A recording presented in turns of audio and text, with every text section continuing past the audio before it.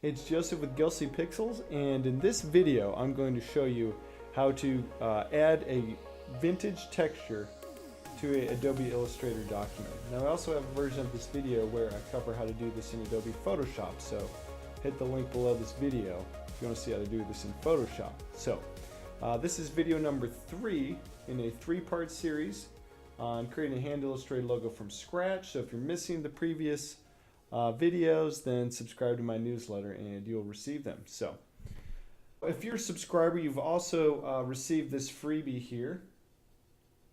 If you don't have it, just join my newsletter and you receive these 5 free textures. So I'm going to go ahead and browse through these textures, and I'm going to go with the vintage version right there.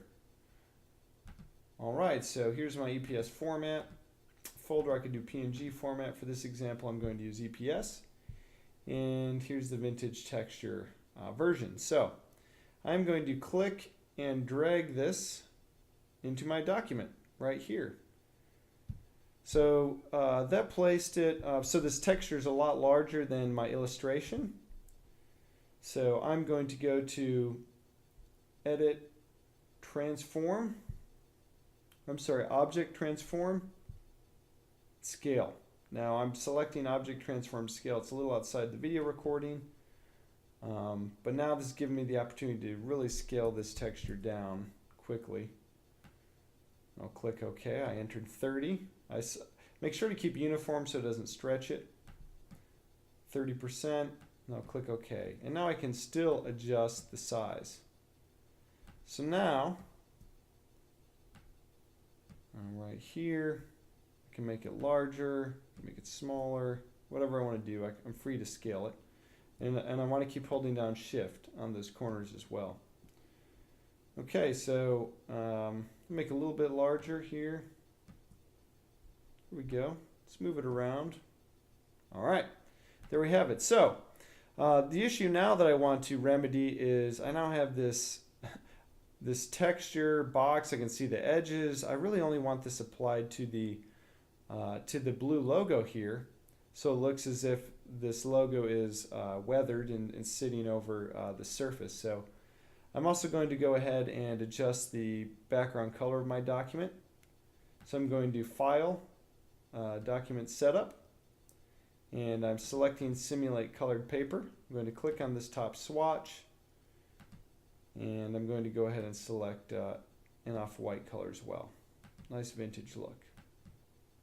And now I don't see any changes. I have to zoom out and zoom back in, so I think that's a bug in Illustrator. So now to actually apply this texture only to the logo itself, I'm going to shift click these 2 layers. I have the layer at the bottom is my logo, the layer at the top is my texture. So now I'm going to go ahead and click on Make Mask. Uh-oh, what happened? Just joking. It looks like we just lost everything, but we didn't. All we have to do is deselect the clip checkbox right here. Boom, there it is. Now we have the texture nicely applied only to the logo itself. So for this project, we used one of my freebie textures that all newsletter subscribers receive. However, if you want to get your hands on a premium 100 texture library, then you want to go ahead and click the link beneath this video. Now this is a library, a bundle collection of 8 of my top selling texture collections all in one that you can have at a discounted price. So these took me about 90 hours to create from scratch. We have EPS formats, we have transparent PNG formats, we have handy PDF browsing guides. So this puts at your disposal an arsenal of a huge variety of different textures. So if you want to take advantage of this, then go ahead and click the link beneath this video. And good luck on your next design project.